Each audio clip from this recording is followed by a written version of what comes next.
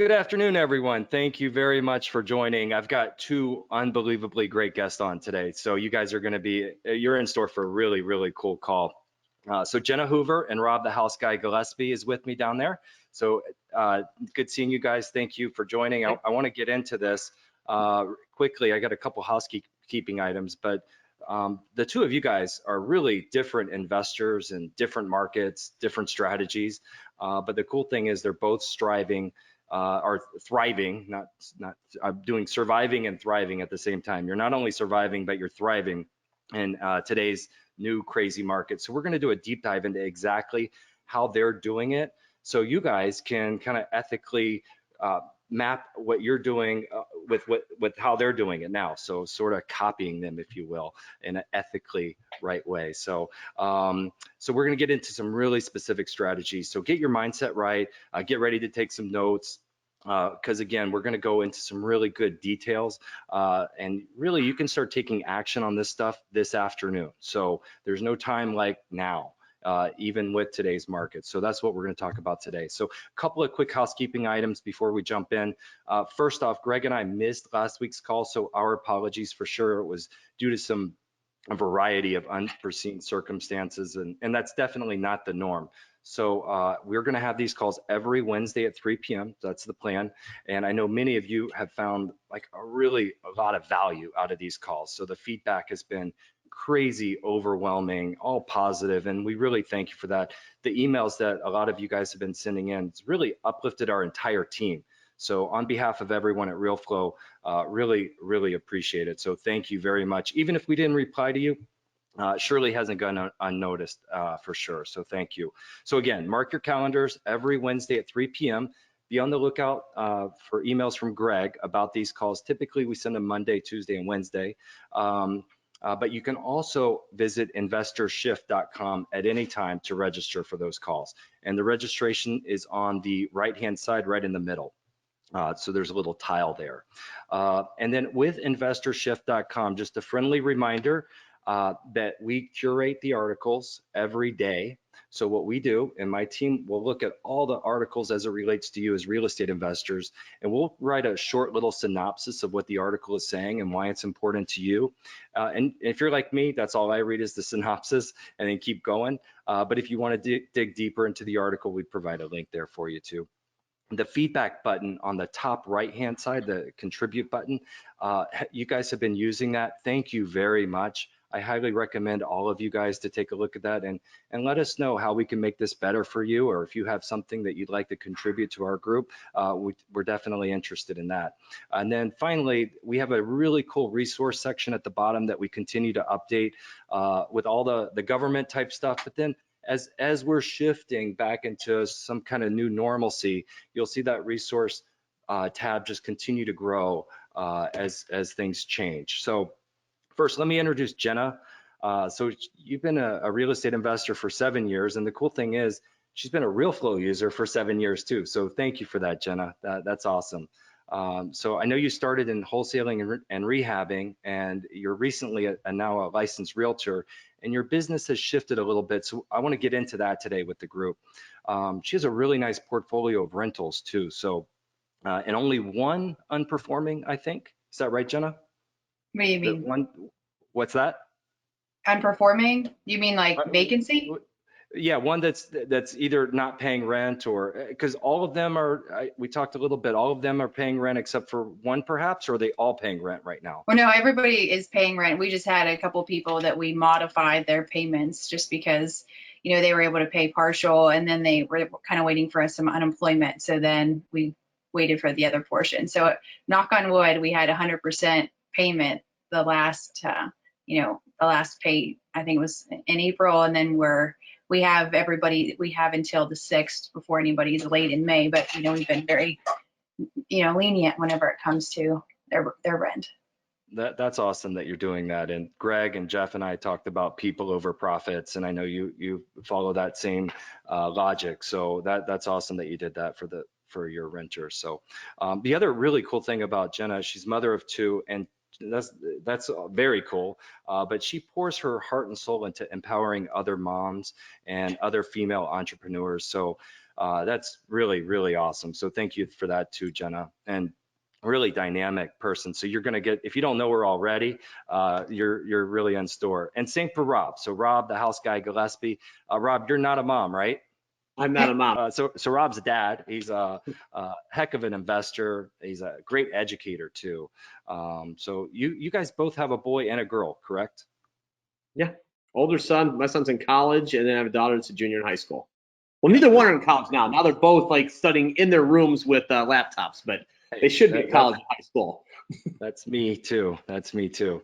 So I've got them all over the place studying around here. So, and Jenna, yours are younger, but that's awesome. Rob, you're called the house guy because he's been involved with more than 1,000 transactions, mostly residential, and over the last 20 years. So he's been in this business for a long, long time. So he's a wealth of knowledge. And right now, I know you're generating a lot of out-of-state seller leads, and we're going to go into that exactly how he's doing that. So again, you're going to really want to get in that pen and paper out right now. And you're also going to show you how you're selling those homes to active real estate investors in today's market, like right now. So we definitely want to get into that. Rob, you run the Real Estate Roundtable. It's a podcast that's currently not going because of COVID, but you're gearing up for season 3. Is that right? Yes, 3, yeah. Awesome. Yeah, great awesome. podcast. So a lot of great guests on there, yeah. Yeah, so you can go backwards and catch up, and then by the time he's ready to go to season 3, you'll be all caught up. So again, that's called the Real Estate Roundtable. And the really cool thing about Rob is that he's what I would classify as a deal architect. So you can really put together some creative deals. We had a call 2 weeks ago with Eddie Speed and talked about seller financing and creative, just creative funding and really working for that win-win. When most investors, they look at a deal and they're like, there's no way, there's no money here, there's nothing. But sometimes there are ways to creatively finance and creatively structure that deal so there is profit in the deal. So you come with a lot of experience with that as well. So, and I know that when we had that call a couple weeks ago with Eddie, I mean, it was just incredible. So I'd like to get a little bit into that today, but let's jump into it. So Rob, let's start with you, and how are you getting those wholesale deals right now? And specifically, I'd like to go through, if it's cool with you, just kind of step by step what you're doing and how you're thriving right now in today's market. Yeah, great, thanks. I'll tell you what, the lockdown, of course, it kind of made us all a bit nervous when it first happened. We're like, oh my gosh, because I'm the guy that literally puts 30,000 miles a year on a car. Like, I drive all over the place. I'm meeting everybody at different coffee shops. I'm looking at houses. I'm meeting contractors, meeting buyers and sellers. And when this happened, I'm like, geez, I mean, I don't know what's going to happen with all this, with me being locked down. And really what happened was I got immense focus. I really started targeting exactly what I was looking for. And I started doing more business at a higher profit than ever. So it worked out really, really well. That's awesome. So yeah, let's get into what type of deals you're looking for exactly. Well, of course, I'm looking for the motivated sellers, and motivated sellers are going to leave clues. I mean, clearly, if we're driving for dollars and you're driving around, you're going to see tall grass and vacancies and for rent signs and maybe orange stickers on the door where a property's had a preservation company show up. That's easy. But what type of clues are on public records that you can look into to see exactly who should be selling? And heck, maybe they don't even know they should be selling, but you know it. So what I do is it's called list stacking. It's not just looking for one particular thing over here or looking over here. Like, what the old way of doing it, people would say, show me all the absentee owners. That means that their tax mailing address is separate than the house that they live in. So you say, okay, they must be a landlord or an unwanted seller. So you'd start sending them direct mail. Then you might take another one, show me people that have owned their house for a long time or paid cash, and boom, and you send them out something. Well, that's more expensive and more ineffective. And I call it the shotgun approach. You're hunting with a shotgun, just hoping you hit something. I'm more of a bow and arrow guy, especially since the lockdown. I've really been dialing it.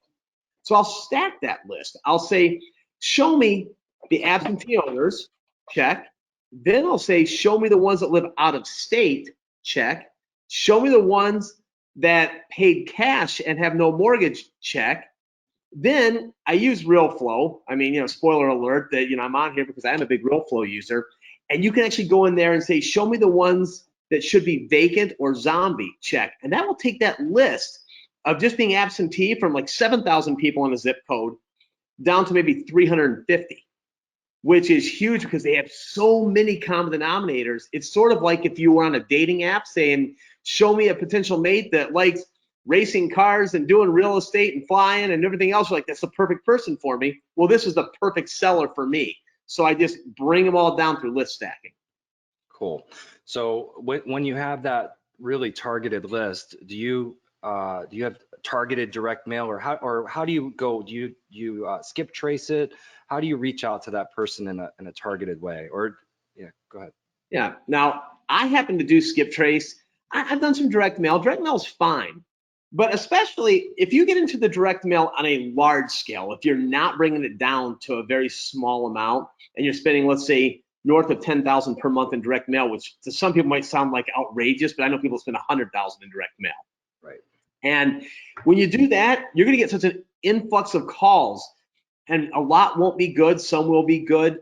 But the problem is you can't be the experienced person on the telephone with them. You start outsourcing it, and a lot of stuff will fall through the cracks. And there's nothing wrong with that. It's a method. It's not the method I use.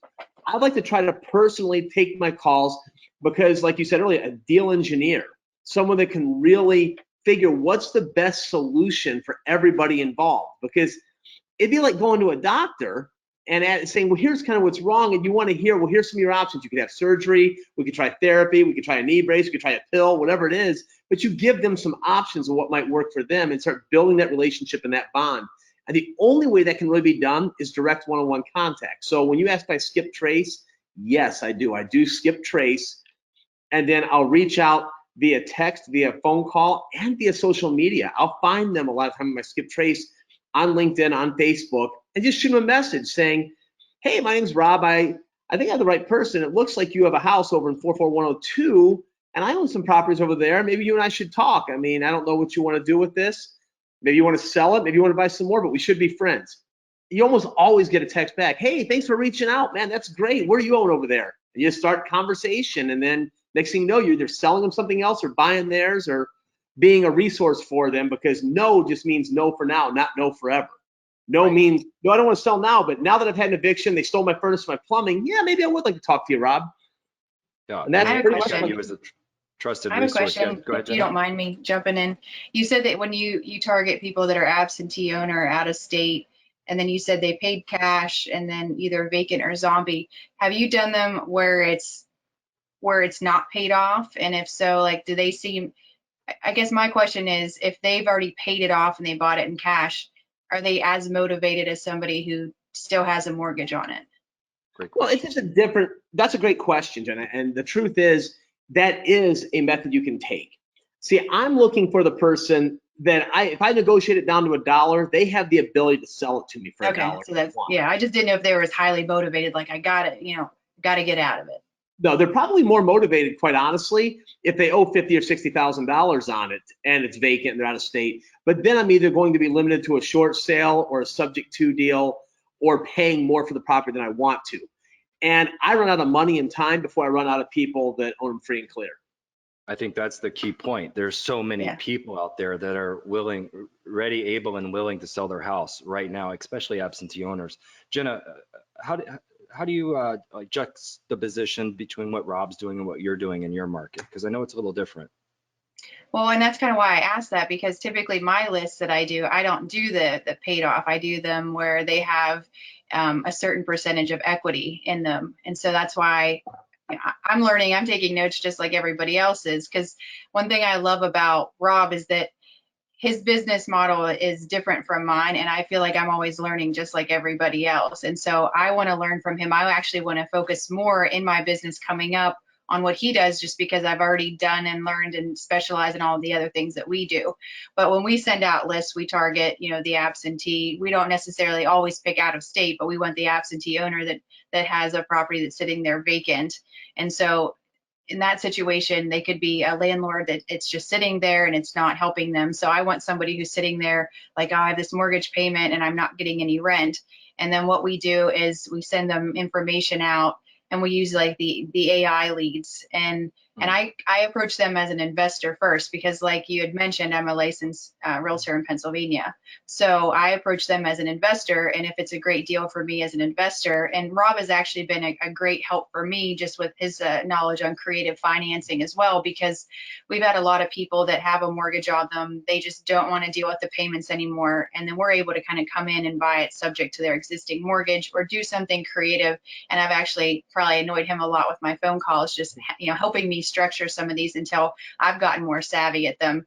But then if I'm not able to buy them as an investor, well, it's like I take that hat off and I put the other hat on. I'm now an agent. So I can approach them, I can list them, and it helps me as an agent because it gives me a lot more opportunity, and I'm already have my foot in the door. And I don't remember the exact number. It's like if you go into somebody's house and they're considering selling, I think it's like somewhere between 85 and 90% success rate of closing it as an agent for a listing, as opposed to somebody who is not in the door. So if I go in there and say, oh, I can't buy it as an investor, but have you thought about listing it?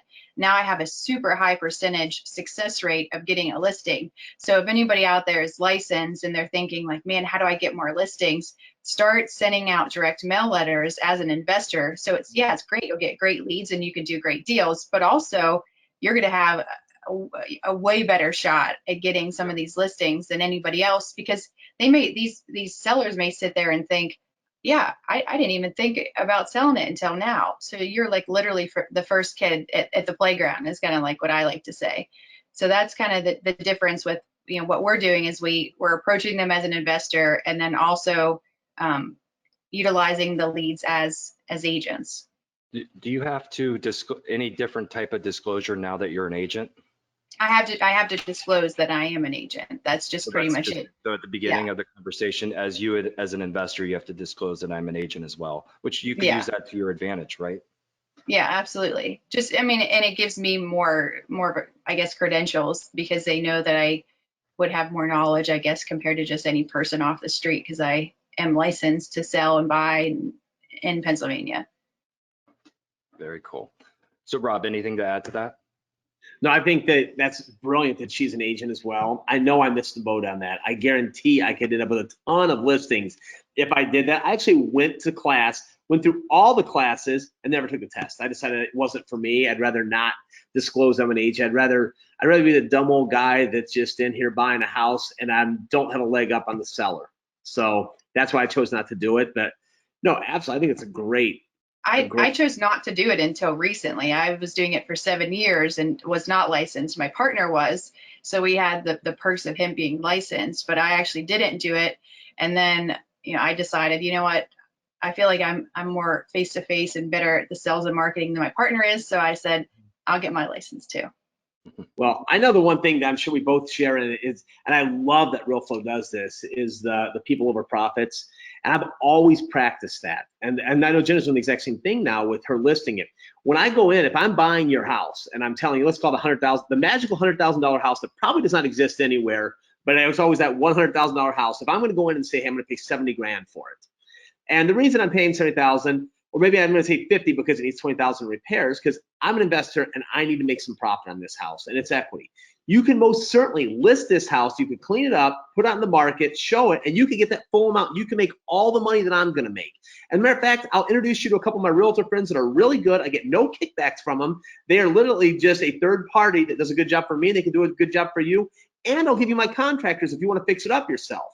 So that's how you're going to get all the money. You're giving me equity if you sell me this. So I'm probably the best of your worst options, really. But if you want just quick cash, I close, you walk, leave your stuff behind, I don't care. I'm a great person to work with. But if you need every dollar out of it, let me help you do that. If you decide not to go with me, you can shoot me calls along the way, and I'll give you advice if you get some offers from retail people or something, tell you what to and not to do. And I'd probably say 8 out of 10 times they go with me anyhow, and I truly do stick to my word and give them advice all the way through if they want to sell to someone retail, and maybe I'll get one of their family members later on. That's an awesome way to do it there. That's awesome. Some good questions coming through. Some basic questions. So we said some things we just sort of glossed over. So let me just talk about skip tracing. First off, skip tracing is when you get their phone number, their cell phone number, their social media information. What else do you get, Rob, out of that? Skip Oh tracing. gosh, it tells you way more than you probably need to know, and not all of it's accurate. First of all, skip tracing, there's only a couple real skip tracers out there, and everything else is kind of a resale of skip tracing. Because of all the footprint we leave throughout life, through registering our cars and doing things online, everything else, these companies have a way of compiling it all and giving us tons and tons of data. So when I'm looking someone up, I can find out if they've had speeding tickets, what kind of car they drive, where they live, what they owe in their house, what they paid for their house, who they're married to, who their family members are. And it's not all accurate, but it's all pretty darn close to accurate. So I go after the basic. I always like to start with just social media, and I look at the person. So if I go a little bit deeper, it's kind of like, the cool thing about real estate is it's insider trading without the jail sentence. So it's like you're allowed to look up everything. So if I'm looking at someone selling a house here, or they should be selling a house, I'll look at their primary residency. I'll see how much do they owe on this? When do they buy it? How much is their mortgage? Do they have any pending lawsuits against them? What kind of car are they driving? What kind of zip code are they living in? What do they do for a living? It tells me if they have a degree and where they work. So I kind of start painting the picture. If some kids inherited a house and I'm looking at a probate lead that I picked up, what's the likelihood they're going to take a lesser of an offer because they need the money now versus they're an affluent family and they'll go out for the long buck?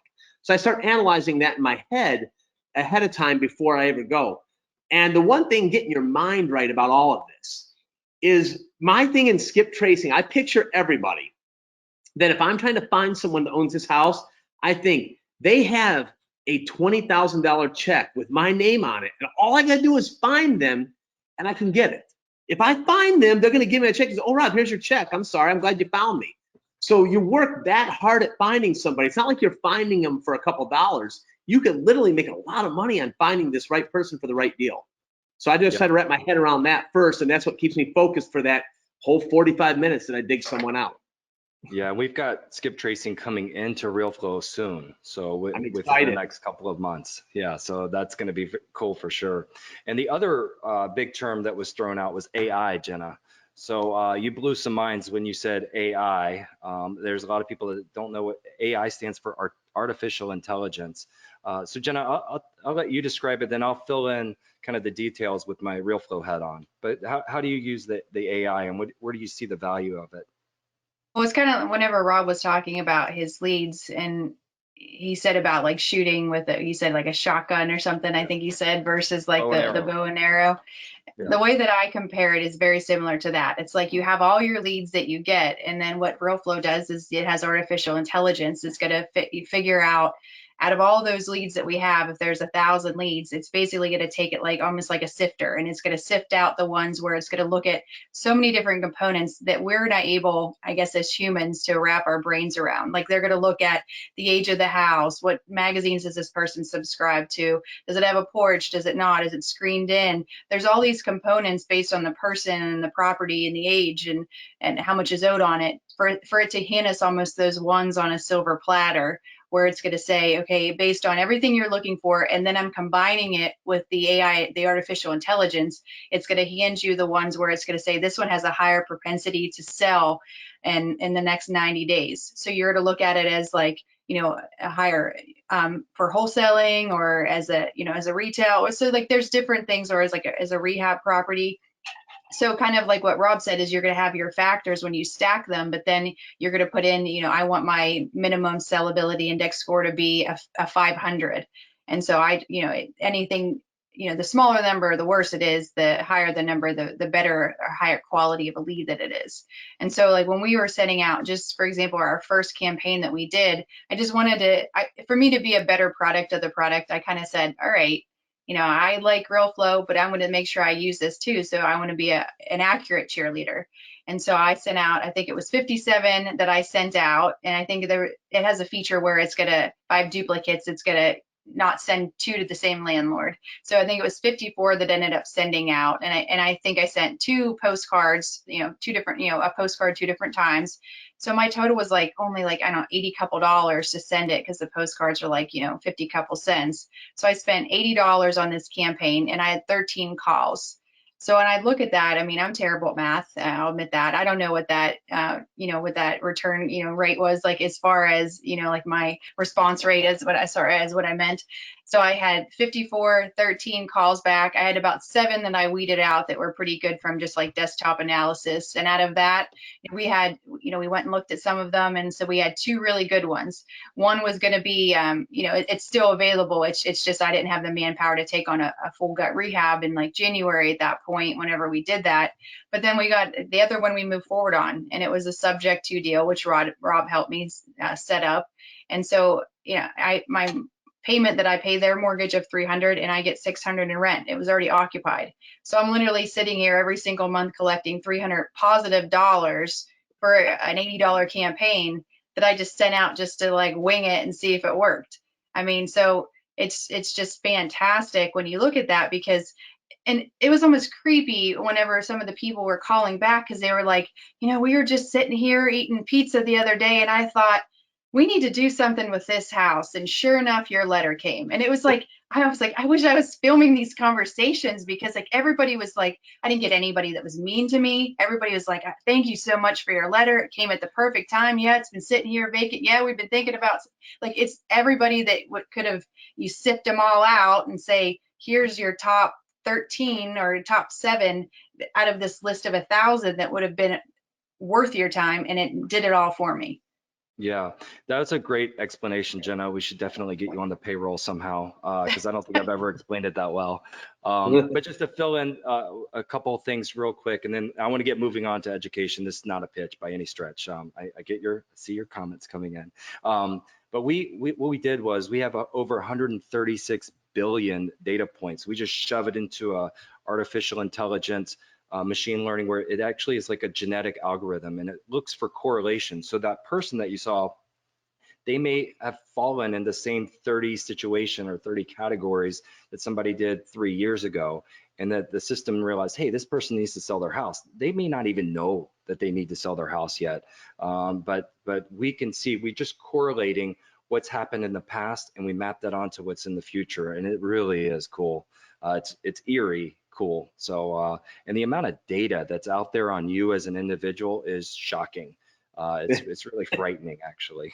So let's move on. Yeah, go ahead, Rob. Yeah, just in there. I'm going to be honest. I was a skeptic when I heard about this whole AI. I'm like, man, I ain't believing that stuff. I don't care what they said they came up with over there. They can't figure it out like I can. And I went through and I looked, and when I do my list stack, I figured out I have the scoring on mine, and I look, and son of a gun, my scoring, it is like I picked what they picked. I'm like, I don't know how it works. I cannot tell you hardly. You guys are lucky I'm on this webinar. I can figure out how you can turn my computer on to do this. And that AI is spot on with what I would figure out on my own. It is creepy. The word creepy is a good way to put it. Yeah, it really is. So, and all of the stuff that we just talked about is in Realeflow. So the list stacking, I see some of the questions coming in through the list stacking, everything but the skip trace, and that's coming soon. So let's get back into the talk that we started here. Rob, one question I had for you is, are you seeing the conversation with your kind of tired landlords that you're trying to buy properties from? Has that conversation changed in the last 6 weeks, or is it pretty similar? Well, here's how I describe landlords. I love talking about landlords because a landlord is like water. It's very rarely stagnant. It's always moving. You're very rarely going to find a landlord that says, I have 3 properties. I do not want any more, and I do not want to sell the ones I have. I'm extremely happy with 3, and that's it. Usually you're catching a landlord on the way up, where the landlords are all saying, yeah, I want to buy as many as I can, or they're burned out. Like Jenna's individual, which I love that story. Hey, here's a house that generates $300 a month. You can have it. Just take it. Like that individual that's like, I'm done. I don't want to talk to my tenants anymore. I've got bad blood or whatever it is. So I always have the same conversations with landlords as you're saying. Right now, it's not changing anything. There's going to be some people that want to free money up during the COVID crisis.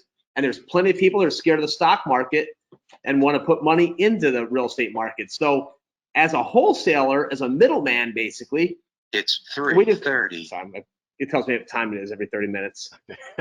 Keep me on track all day. But as a wholesaler, it's not going to change whether if I'm buying something for 20 and something for 30, I'm making 10, or if I'm buying something for 40 and something for 50, I'm making 10. So we're not really moving during this whole COVID crisis. It might scale, but we're staying with our same margins in there and just different buyers and sellers for different reasons, but it still works. And I didn't think I mentioned this at the top, but you're in the Cleveland market, correct? And that's where you're buying most everything? Correct. And anything that I'm saying, I would have to adjust a little bit. If I was in Arkansas or something, I would adjust. Like in Jenna's market, where she is like the cash queen in her market, and there's not a bunch of cash buyers out there. So she goes for the people that have mortgages on them. She's not trying to wholesale as much. She's doing more retail. You just have to adjust for what your market is. But the cool thing is public records tells you exactly what your market is. There's no guessing about it. You know what it is. Yeah, Jenna, anything to add there? No, I mean, I'm from southwestern Pennsylvania, so I just don't have a lot of investors where I do investing. And so, whereas he's able to wholesale to a lot of different investors, there's not a whole lot of investors here. It's great for me because it's kind of like shooting fish in a barrel. But when I go to wholesale to somebody, I have a great deal, and it's like, I guess I got to take on another rehab project because I don't have, and it makes it tough because I don't have the manpower. Just like I said, with those two really great AI leads, if I can't buy it, it's just going to sit there, because they'll just wait for me because there's not a whole lot of investors that I can wholesale it to. So it's just, that's how I kind of got overwhelmed in the beginning, is I took on way too many projects too quick. So I didn't have anybody to wholesale to, but I didn't want to let them just fall the wayside. Now it's just kind of like, oh, I'll get to it. If I get to it, I get to it. Otherwise it just sits there, and I'll just get it cheaper later. It's a good problem to have. It's an unbelievable problem to have. So hopefully there's no one on the call in your little neck of the woods here, Jenna. It's incredible. Hopefully there is. I know, right? You have somebody to work with. Yeah. So Jenna, has your conversations changed with any of the home sellers or anybody that you interact with over the last 6 weeks? Have those conversations changed, or have you seen people more motivated than maybe before? I mean, in regards to being an agent, I see that there's a lot of people that want to buy, and I don't quote me on this entirely because I'm not 100% sure, but from what I was reading yesterday, I think Pennsylvania is still the only state that is that's still in red. We're not open yet for any real estate transactions as far as like showing houses as an agent. I know that some of the other areas we're not even on the radar in my county to even in the next 2 or 3 weeks to even start showing houses. So we have a lot of people that I just feel like you're like revving up your engine, but we can't do anything. I can't show anything. So one of the things that I've really kind of transitioned with is like, if we have houses that typically my partner lists our houses because, I'm the sole proprietor of the business, and then he lists them as the agent. So it's like kind of not as biased if I'm the owner and the agent. But one of the nice things that I can do is 5 houses that are finished, I'm just going to start for sale by owner listing them because I'm going to be able to show them as an owner, but I can't show them if I was the agent.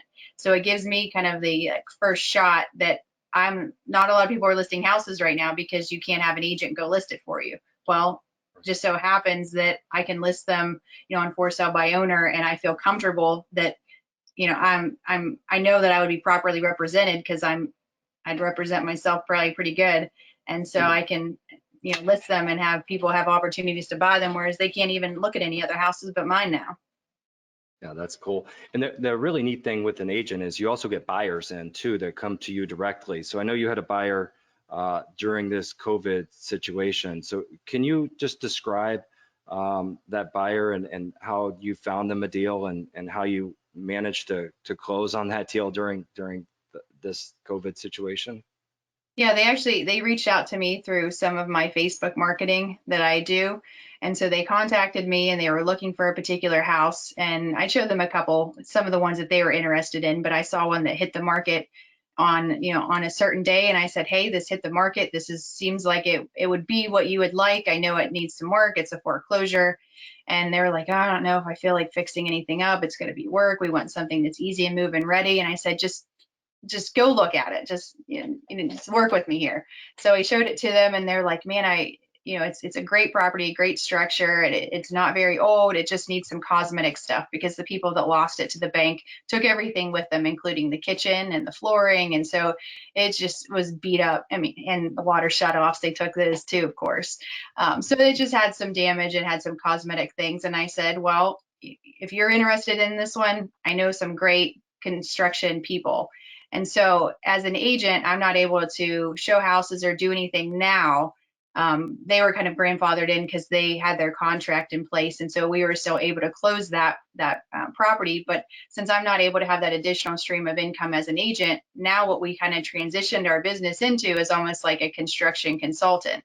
So what I'm able to do is I have my contractors working, and my contractors are still, hungry for work. And now I can kind of add more construction people to my team, and I can have them start doing some work on some other people's projects. So these people are going to have me, we're doing, full job on this house. It's going to be a, pretty extensive renovation project, but it gives me the ability now that I don't have to feel like, my agent commissions were just like an additional stream of income. We have our rentals, we have our rehabs, we have other things that we do. And so being an agent was kind of like, I like to call it like my target money, like that money where you don't have to worry if you want to get new curtains. You can just go to Target and you use your Target money. Just get it. So, since I'm not able to do much as an agent, I've shifted now to be more of that construction consultant. And honestly, like since all this has happened, I feel like, everybody's, upset because of like, loss of income and things like that. I just feel like you just have to evolve. You have to shift. You have to figure out, if I can't make money here, how do I do this? If I know this avenue, how can I transition that? How can I leverage this skill that I have? And so I know rehabbing, I know sales. I mean, I did medical sales for 7 years before that. So all you have to do is just be the solution to somebody's problem. And they have a house now that needs work. And I know the best HVAC person. I know the best electrician. I know the best, all these different people. Like you can go and figure it all out and, stumble along the way, or I can protect you with the appropriate documents and paperwork that you're going to need. And I can make sure that your material is discounted at the 35 to 40% off that I get it at. And I'm able to make sure the contractors are there every single day at this time, and that things are checked off. Plumbing is checked before you pay them. So it's a huge benefit and a value to the people that we're working with. And so like we've really, and now it's been like an eye opener. I'm like, man, this is way more lucrative than doing that agent stuff, Yeah, that's funny, huh? It took this to see a big opportunity sitting right in front of you. Absolutely. Yeah, and that's something that Greg and Jeff and I have been talking about, is really finding that niche or that specialty that you do and partnering with other people in your market, because I think it's really we are shifting. You use the word, and it's called investorshift.com, our site that we're seeing. This whole market is shifting right now. Rob, go ahead. I see you. Oh, no, I'm just listening. I think it's incredibly important to have multiple streams of income. I mean, I've done tons of general contracting in my day as well. The only thing, I'm not the licensed agent, so I don't take advantage of that, which you call it target money. And quite honestly, I think it's a six-figure income without even turning it up a little bit. You can make $100,000 a year just as an agent, just tweaking a little bit. So it's way beyond target money. I mean, it's pretty impressive to go out there and put that many deals together, because you have so many different angles that you can make money. And, and transactional engineer, I would not be where I am today of doing so many deals for so many years. I think this will be my 24th year coming up in a couple of weeks. And I wouldn't be able to do that if I was a one-trick pony. If all I did was saying, I buy houses at 60 cents on the dollar and I resell them retail, and that's all I do, I might be at, 80 houses in 24 years. Yeah. So it's because I can do so many different things, and I understand real estate and finance and construction, and you have to do so many things in this business. You have to understand mortgages and finance and accounting, and you have to understand construction and understand negotiations and buying and selling, and you have to be an agent in your mind. You have to be an appraiser. You have to know it all to really give them exactly what they need. It's kind of like, again, going back to being a physician. Right now, the healthcare workers are on our minds with all that's going on. And can you imagine going to a doctor and it's like, I'm the doctor you go to if you want this pill, and this is the pill I have, and this is the only pill I have. I hope it works. No, they give you a multitude of options. And that's what we have to do as investors, is give them a multitude of options. And for us to give a lot of options, we have to have a lot of data. And that's what public records allows us to do in compiling the data, looking through it, and then sorting it in our minds and making sense of it. And that's how we make our money and get paid. Yeah, exactly. So Jenna, the one question that's coming in about your talk there, how are you exactly compensated as a construction consultant? And I know you used that word specifically, but how does that work if you don't mind us asking? Yeah, because I'm not like I wouldn't consider myself the general contractor because I'm managing that guy. You know, I want to be managing this person, that person, all, and this fee is totally up to you guys. I mean, and it's all based on what your time is worth. But the way that I look at it, and you know, my minimum requirement is 10% of the overall project. So if it's going to be a $40,000 rehab, if it's going to be a $50,000 rehab, I mean, 10%. So you know, it can be from $4,000 to $5,000. And the way that we typically budget our time, we usually say that we can do, say that I have a $40,000 rehab. $10,000 a week is how you want to kind of budget your time. So if it's 40,000, I feel like I can finish that in 4 weeks. And it's, I mean, it's just like, I mean, it may not be exact. It may be quicker, maybe a little bit less, depending on what your scope of work is going to be. But I mean, I'm sure that most people would be excited for an extra $4,000 or $5,000 a month just by overseeing. And I know that sometimes people think like, oh, I want to start building better relationship with contractors. I want to start getting better prices, but I'm nervous to like promise them that I can give them 5 roofs this summer. I'm nervous that I'm going to have consistent work for them. Well, guess what? Go leverage somebody else's money. You know, somebody else is paying the contractors. I'm not. Somebody else is paying for the material. I'm not. I mean, so somebody else is doing all those things. I'm just basically the middleman that's saying, you're doing it right. You're doing it right. That's a good price. I agree with that. I'd pay them. I'd pick this color. I mean, I'm walking through, you know, I may be walking through a store and say, I recommend this slate. I don't like that material. I've had bad experience with that. I mean, that is a huge value to somebody that doesn't understand. But like kind of going back to what Rob was saying about, you know, like all the different things that he can do in real estate. That's the one beautiful thing about real estate, because everybody's always, you know, as soon as the whole Corona stuff happened, it's like everybody's like, oh, are you so nervous about real estate, or how have things changed for you? Is it? I'm like, hey, it's just I just pull up this sleeve and now, you know, it's like I have this skill that I can do. It's like if wholesaling's not going to work, I can rehab. If rehabbing doesn't work this month, then I have my rentals. If rental doesn't work, I can be an agent. If being an agent, like, so the beautiful thing about real estate is no matter what happens in the economy or a pandemic or whatever, you are so knowledgeable with all the people that we have available to us that there's so many different avenues. It's like we can't just I feel like you can't stop us, because we learn how to shift in 2 seconds and figure out I can dominate in this over here, or I can, and to me it's like a huge eye opener, because it's like, holy heck, this is way better than my target money.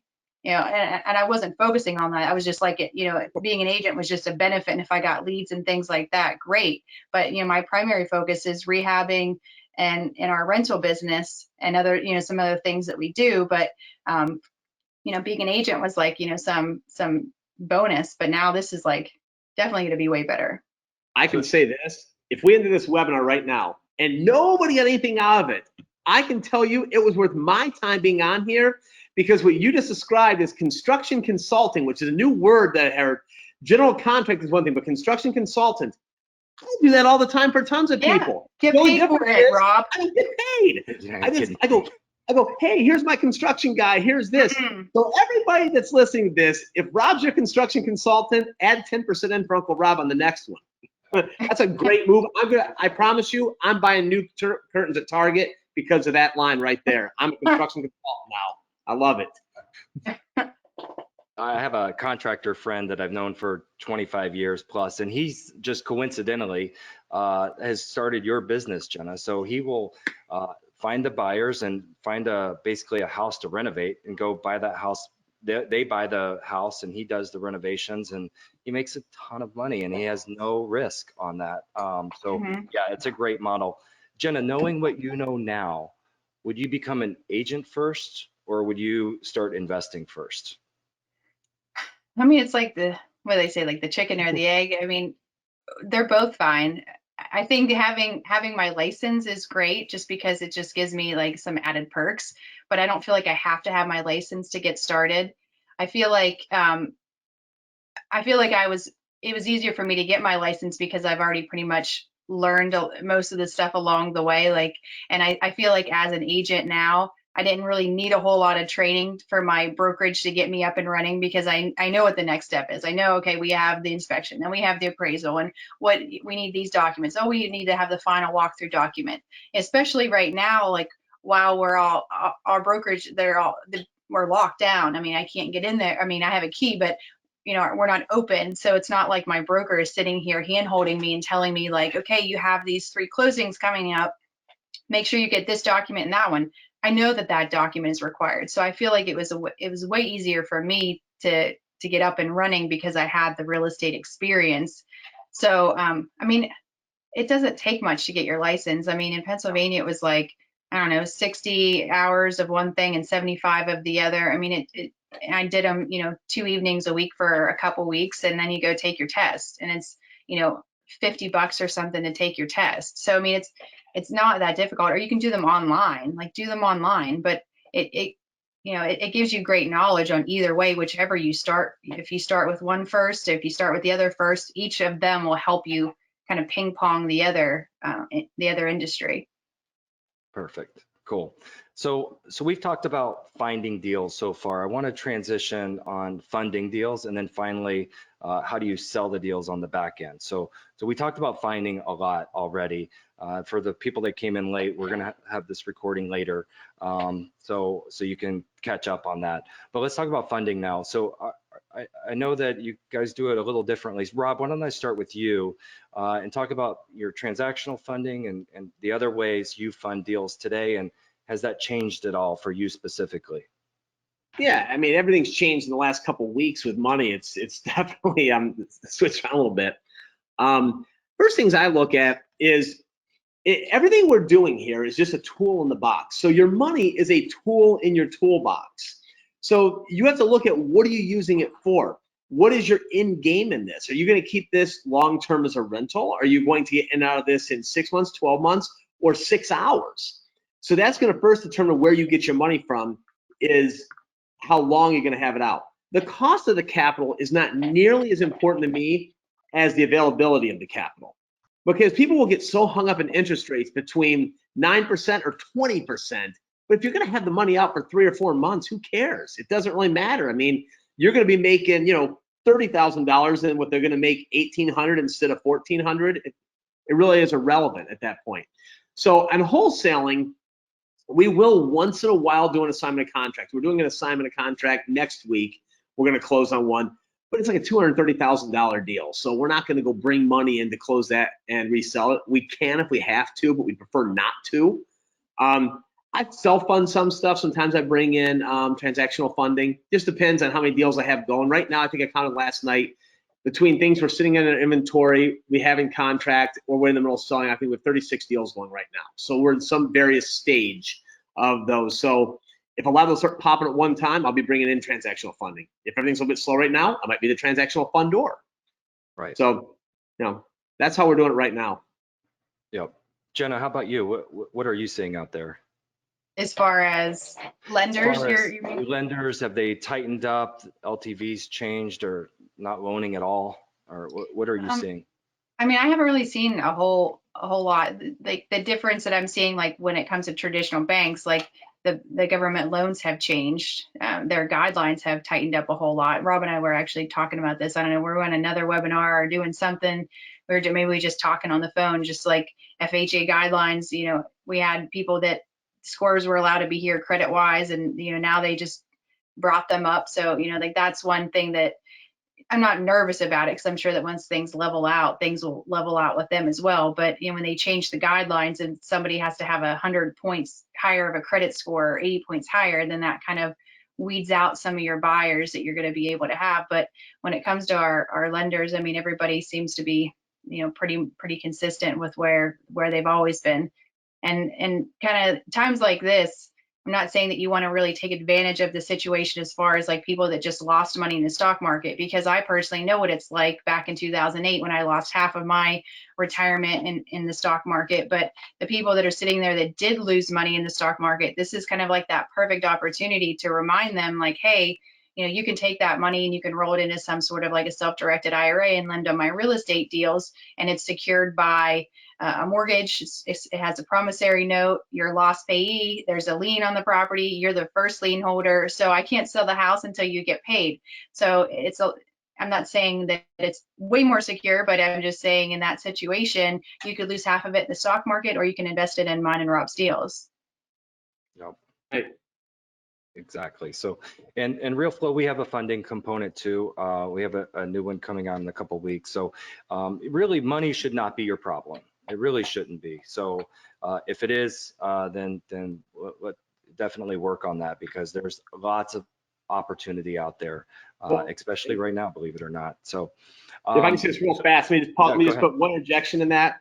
One thing that I always tell people about money is there's all the money in the world for a good deal and not a dime for a bad one. And quite honestly, sometimes hearing the word no is your best underwriter in the world, because if you're talking to experienced individuals and they're saying, I don't think so, you should look at it a little bit closer, because they're saving you from making a bad decision, even if you were self-funding it. So ask some experienced people if they would put money in the deal, and they don't care about your credit. They don't care about a lot of things. They just want to see, is this deal going to make sense? If we make money on it? And if they're all saying yes, it's probably good. They're all saying no, you should probably run. Great addition. Thank you for adding that. That's key. And you said it all right there. So a great deal, funding is going to be easy for you.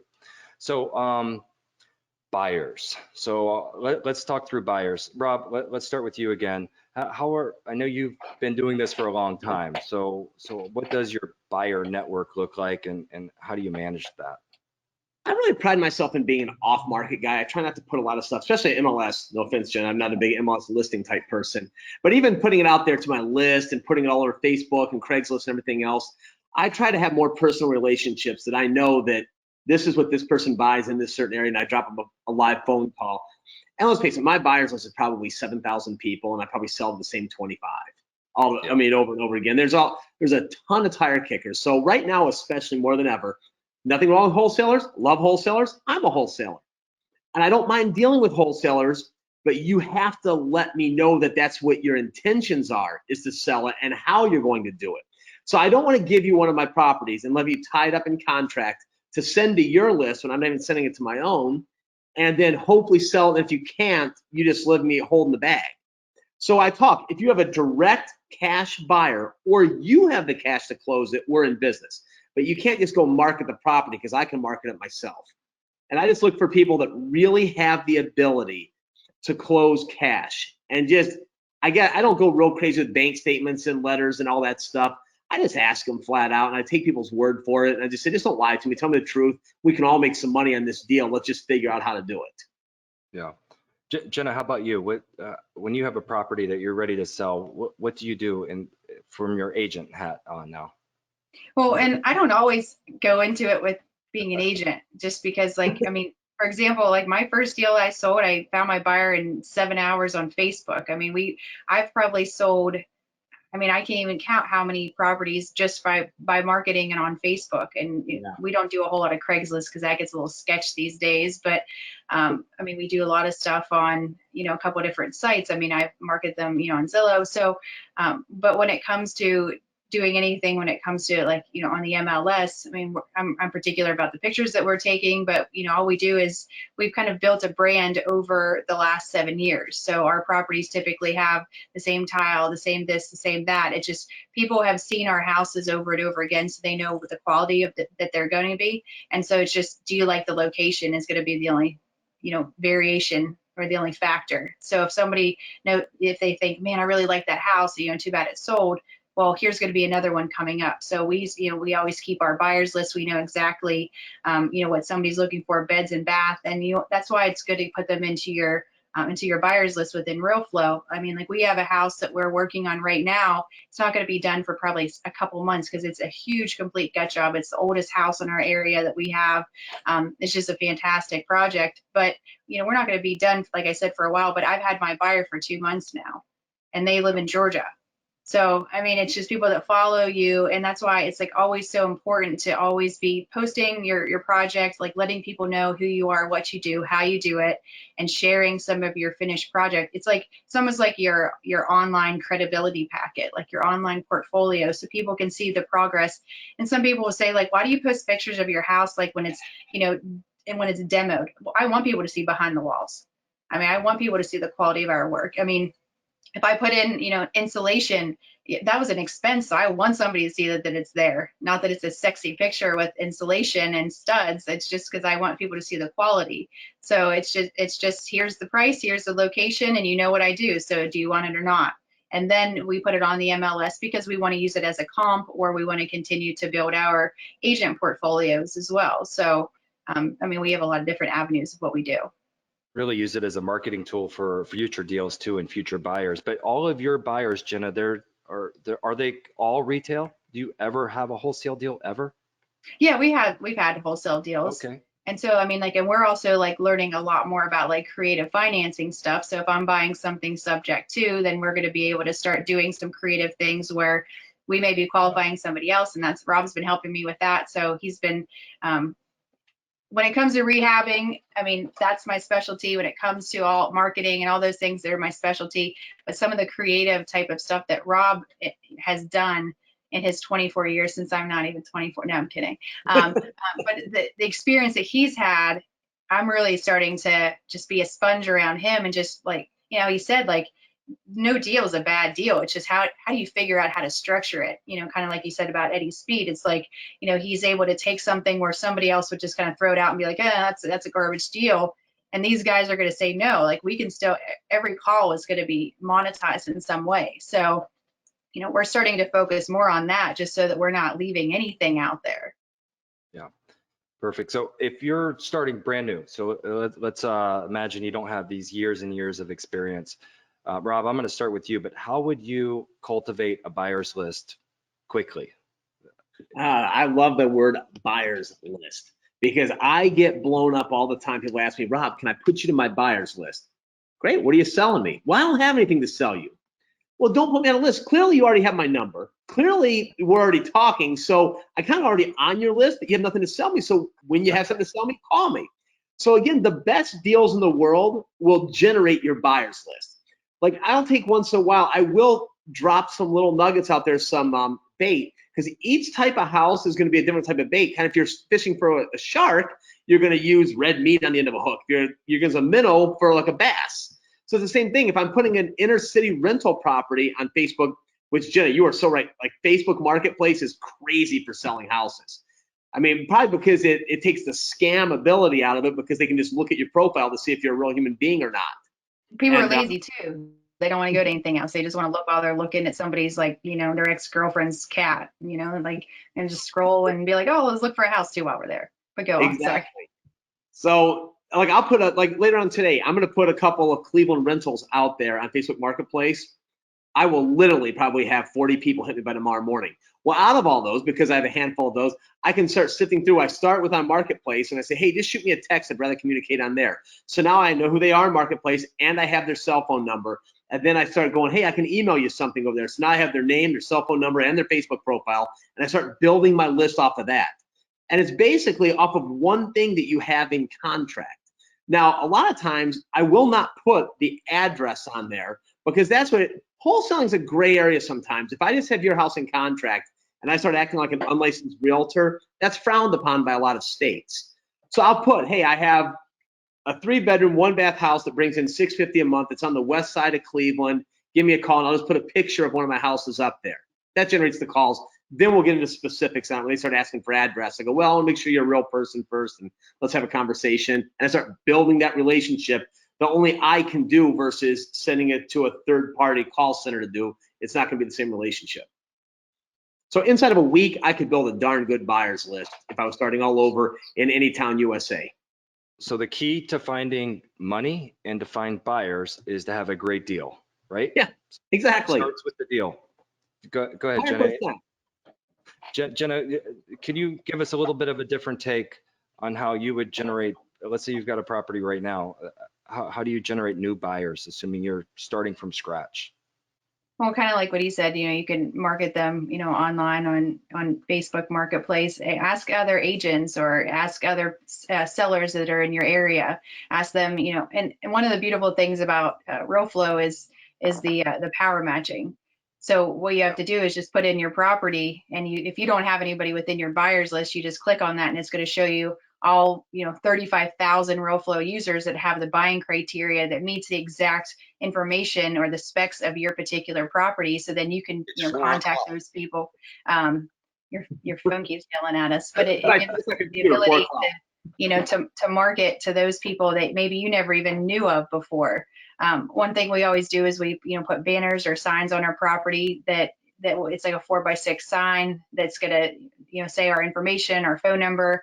Our contractors there like drilled to like know exactly what to say. We just had a house that we're working on, and my contractor just said, hey, somebody drove by and they said they were interested in the house. It's not even done yet, and they know, take their information, give them my information. And so a lot of times, that's exactly how I found a bulk of 15 rentals. Is there was somebody that drove by, saw work going on, stopped in and said, hey, they thought it was somebody else's renovation project, but my contractors were like, hey, but Jenna Buys Houses.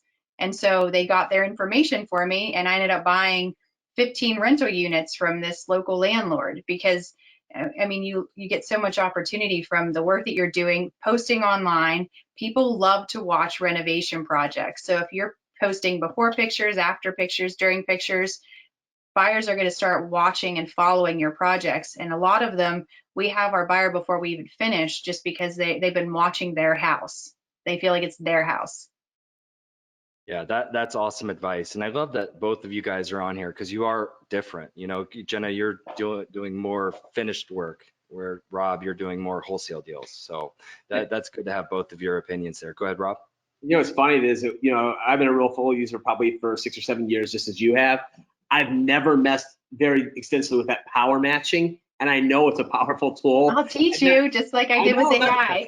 That I'm like, why don't I use power matching? It's like I almost forgot about it. It's kind of like this. It's like having a washing machine. I don't know how to probably turn mine on anymore, but you just hit like start and one thing, but there's a gazillion settings on it. There's a million things you're supposed to be able to do. I just turn everything on high, longest time start. That's what I do for microwaves, for ovens, for anything.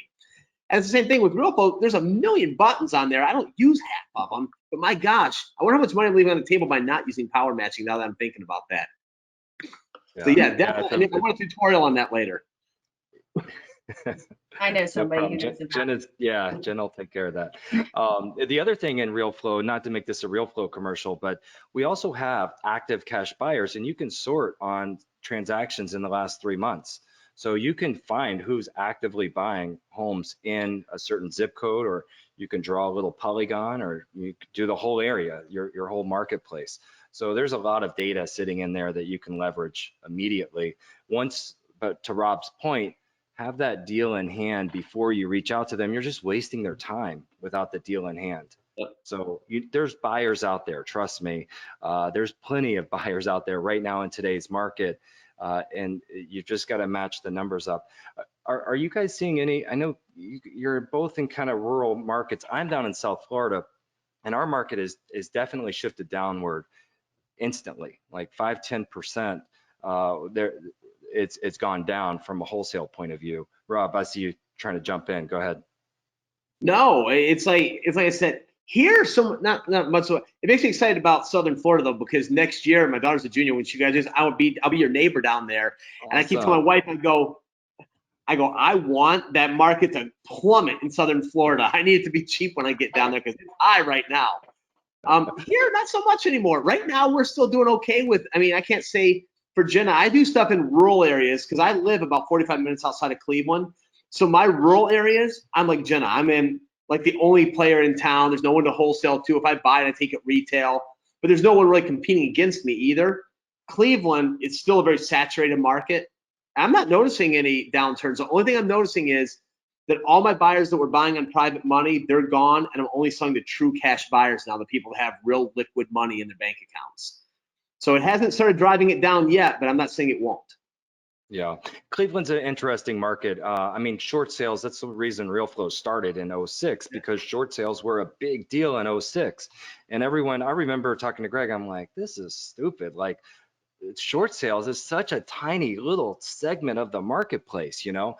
And sure enough, in '07, '08, and then we are fast forward today, we've got over 100,000 users, and we're much more than just a short sale platform, but that really elevated us. And Cleveland is that market that is just a kind of a blue collar, hardworking, and the market just stays flat like this. Well, it's funny you say that. I remember Greg when he was just one of us out here flipping houses in the Cleveland market with Ambrose Properties. And then all of a sudden I heard about this crazy thing called short sale manifesto. I'm like, what the heck's a short sale manifesto? What's he talking about? And I talk to my buddies like, is he writing a book or something? And then short sales became like the hot button. Like, I knew what a short sale was before it was talked about on the news every day like Greg did. But then all of a sudden it became just a part of the world's vocabulary with short sales. Right. And we never had a real estate problem. We had a banking problem. And that's the same thing we're going to have this time. If there's any sort of glitch in this market, it has nothing to do with people wanting to buy a house in Southern Florida or in Cleveland or anywhere else. It has to do, can they get the money to buy it? That's it. It's a money problem, not a real estate problem. Yeah. Jenna, anything to add there? Yeah, I mean, I agree completely with that. It's just, and I feel like if we have issues with selling any of the houses, then we need to shift again and figure out maybe our buying criteria needs to change. Like if I'm focusing on $200,000 after repair value houses, and I feel like I have maybe one of two people that can actually buy it, well then I need to shift the way I'm buying, and I need to rehab more in the 120 or the $80,000 price range. So I need to start shifting. Like nothing really has, knock on wood, has changed too much as far as like the market right now in my area. If it will change, I expect it to be like August, September, that I'll start seeing like today's issues affecting there, because I still have people buying and selling right now because of, it hasn't really hit this down, like this time frame that we've been sitting stagnant. But I feel like if something does change and things aren't selling as quickly, then I'll have to just shift again and figure out, all right, I need to focus more on the $80,000 after repair value houses and not 130 or not 150 or this $200,000 house. Yeah, it's going to suck. I have to figure out what I have to do to try to get rid of this one and sell it with as little damage as possible. But you know what? That's because I bought it back when things were different. And now I have to make sure on my next purchase, it's not going to be like that.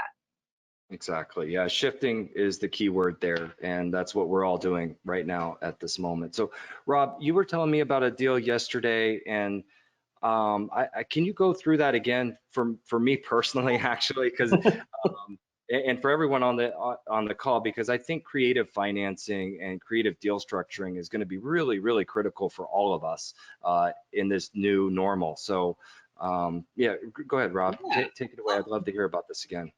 Yeah, and like I said, I mean, I'm in the middle of, I think, 36 deals right now in some stage of either ownership, buying, or selling, and everything has a different element to it. So when I'm talking to somebody, I look at, if you have the will and you really want to buy the house and I want to sell the house, now all we have to work out is some sort of way that it makes sense for me and makes sense for you.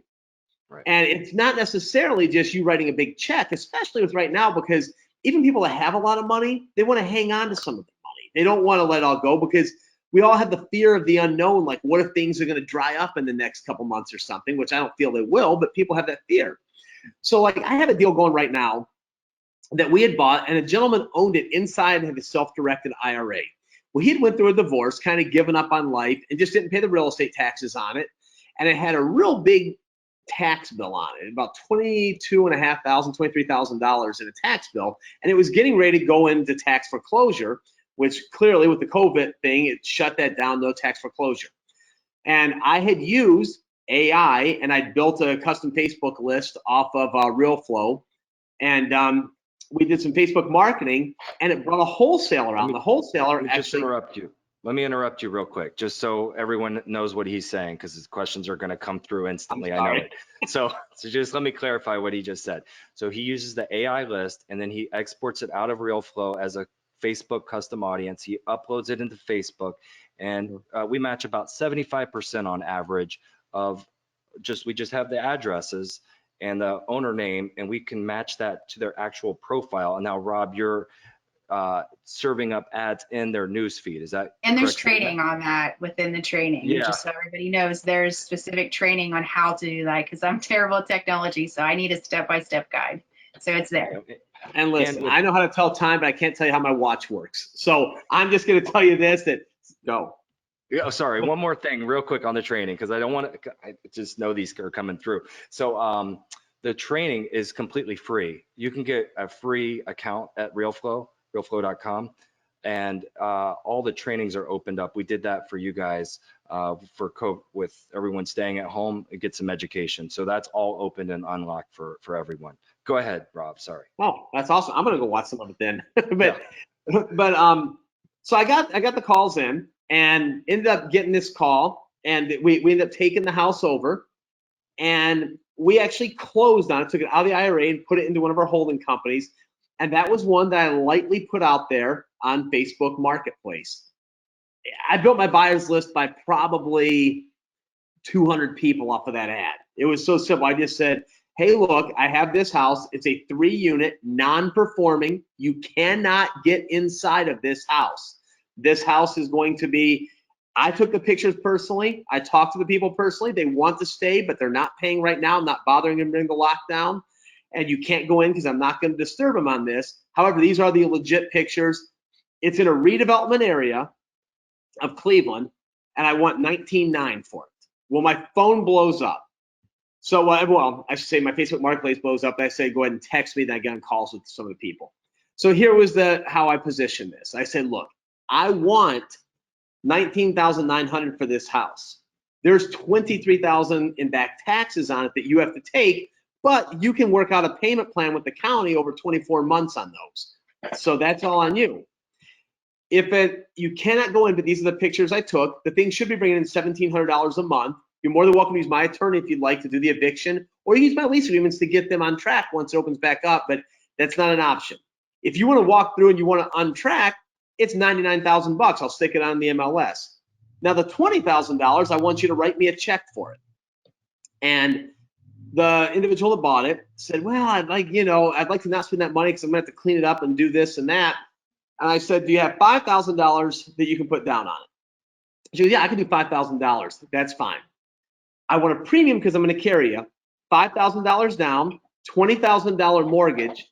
I don't need any payments on it. I want it to balloon out in 12 months. In 12 months, it balloons out. So work on your payment plan, work on getting your tenants paying. In 12 months, I know I have $20,000 coming to me on this. I get my $5,000 now. So I'm already $5,000 ahead. So now my 20 grand, I go, I know things happen. I know you get nervous. What if you can't refinance? What if you can't get the money? What if you can't sell it? Whatever. So up to a 5-year period, every 6 months, you can extend that and still owe me the 20 grand, but you can extend it for a $1,500 extension fee. So after 12 months, if you don't want to give me 20 grand, no problem. Give me $1,500, leave the 20 grand on there and just keep working it. So they're very comfortable, and they're taking over a 3-unit that should be making $1,700 a month. They're going to work out a tax payment plan. I'm in first position on there. I'm going to be listed on the hazard insurance on there. And they're doing a full closing, be listed on title insurance on there with my note and mortgage. And I have $20,000 sitting in the bank right there, giving me $3,000 a year as interest if they don't pay me off. If they do pay me off, great. If they don't, that's okay too. I'm happy either way. But it was a win-win situation for everybody to do that because they're in with very little bit of money. I'm making plenty of money on the deal.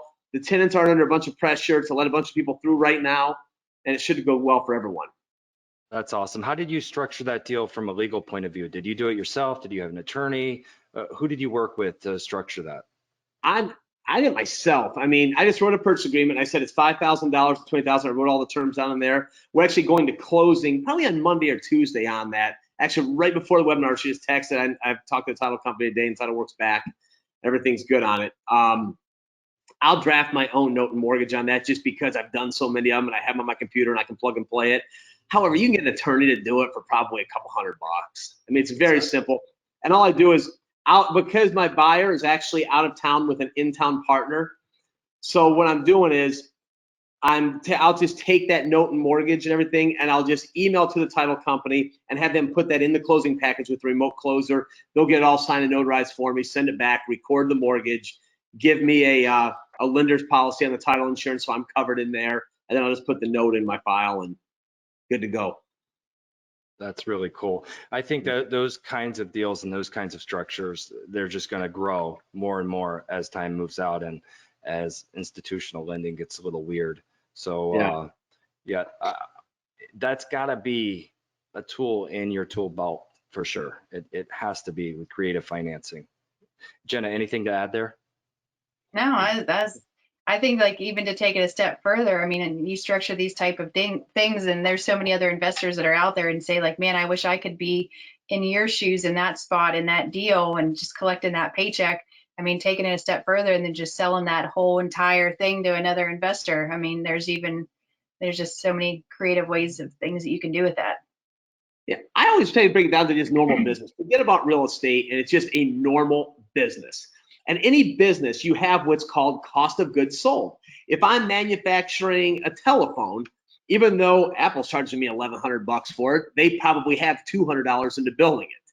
So they have a cost of goods sold. But when you're taking over a subject to deal with having your back taxes is what you're taking it subject to, your cost of goods sold is zero. Exactly. You have no cost of goods sold, so your return on investment is infinity. If you sell it for $10, it's $10 out of thin air, basically, other than your time that you have to value of how many hours you have into it. But to take $5,000 up front and then to make $20,000 in another 12 months, that's $25,000. Now, in full disclosure, there was a middle person in between there that got in touch with me that I paid $3,500 out to, in full disclosure. So I did have a little bit of cost. I'm already $1,500 to the positive with a $20,000 note on there. So I really hope my buyer is watching this live right now and it blows my whole deal up. I don't care. I'm making money. They're making money. We're all happy. Exactly. It's the proverbial win-win for everyone involved. So cool. I'd like to wrap it up soon. One thing that I want to make sure I mention immediately is that this entire call is going to be recorded. It's going to be on investorshift.com, and Rob, it's going to be on your podcast, I just learned. So they're going to do the full episode on your podcast this coming week. So that's exciting. Subscribe to that wherever you listen to podcasts. So are you on the Spotify network too, Rob? I'm not a techie guy. I don't know. I do the podcast. It's already a roundtable. I can tell you this, that everything we do on there is 100% full content, no sales pitch. And I ask the tough questions to the investors we have on there, of the things that what works, what doesn't work. Jenna's been on there sometimes. I know she's a real player in the game. I only put real players on there that you can really learn from. So it's a great podcast for, the infotainment section. Okay, cool. So Jenna, any parting words that you'd like to leave us with? No, I mean, I just think that this current time in this industry is all what you make it. I mean, there's a picture that I'd actually shared on my Facebook where it has this horse where it has this thing tied around its neck and it's tied to like a plastic chair. And, the horse just sees itself tied up and it just doesn't see past that. And I just feel like that a lot of this current time, like, and I'm not, if somebody's out there watching or listening and they're going through a tough financial time, like I'm not at all trying to negate the fact that some people are struggling and this is a tough situation, but it is going to be what we make of it. Like we can sit here and we can, just keep our fingers crossed that somebody's going to come bail us out or find the solution for us, or we can find them for ourselves. And I feel like that's what's going to separate all the other investors out there. Like the days where it's hard and days where it sucks, that's a day where everybody else quits. So you can decide if you want to be like everybody else, or if you want to be that small percentage of people that actually, overcome it and they get better and they learn. And it's like, when you break your arm, like that part of your arm that heals is always going to be stronger than every other part of you. So, we can sit and we can just say, oh, this is unfortunate. Oh, yeah, it's unfortunate, but how can I use this to my advantage? How can I benefit from this situation? How can I grow from this situation? I'm surrounding myself with positive people and people that are knowledgeable, and like surrounding myself with people like Rob, where we're always like, pinging questions off of each other. Like I may know Realeflow user interface better, but he knows how to structure a specific, very awkward situation of a deal better. So we always are surrounding ourselves with each other and trying to get better and trying to grow from it. So my advice is just not to quit. And things suck, but I mean, how many times when we were growing up, when we were learning how to walk, like, did we learn how to walk on day one? No. How many times you smack your face off a coffee table and skin your nose up, but you got up and you kept trying, somebody held your hand and it got easier and it got better, and then you're running. So it's like, otherwise we'd be sitting here laying in our bassinets whining, waiting for somebody to do it all for us. I will say, I saw that post that you put out there about the horse side, the plastic chair. And my daughter I saw actually you liked it, yeah. I love that. I stole it as my own, by the way. So you'll see me repost and act like I created it.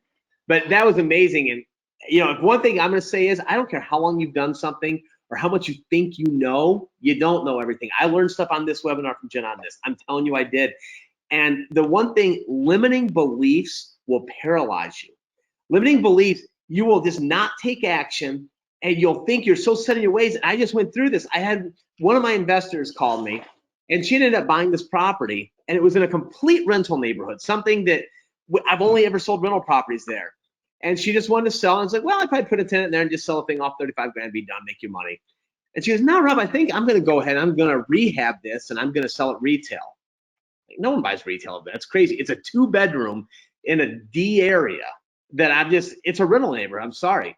So she had 30 into it. She put 11 more into it.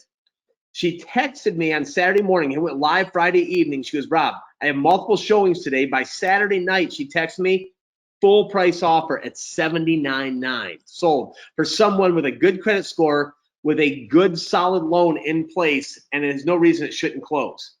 And I would have never done that. And I'd have left tons of money on the table. So I started rethinking. I'm just like, wow, what kind of limiting beliefs do I have? And what's holding me back from making money in different ways right now? Because I got taken to school last weekend. I can tell you that. I'd have never done that. So my biggest takeaway was that, and I'll just say this, that nothing works unless you do. Perfect advice from both of you. Thank you, guys. It was an unbelievable call. I know I learned a ton. The feedback is just crazy good. So thank you guys so much for doing that today for our entire group. The name of that podcast, a lot of people are asking, the Real Estate Roundtable, right, Rob? Yeah, REI Roundtable. Yes. REI Roundtable. REI Roundtable. Yeah. I keep messing that up. Okay, I'm glad. I'm gonna actually, so if you just stay on the call, I'll put that in the main chat so you can have that. And the other thing is investorshift.com, SHIFT. I am not cursing on the call, investorshift.com. So that's where the call is recorded. All of our old calls are recorded. I highly, highly recommend that you take a look at those, especially if you're looking still at PPP or EIDL money. There's a lot of good calls on that as well. So again, thank you guys for taking the time out of your days, and really, really appreciate it. It was awesome. Great experience. Thanks for having us on. Yeah. Thank you, guys. All right. You guys have a great day. And thank you again for everyone joining the call. Go out and do now. So now. Go get that deal under contract now. That's where it starts, is the deal. So you've got all the tools. You've got everything you need. Go. So. Yep. That's my advice. All right. Thank you, guys. Take care. Thanks, guys.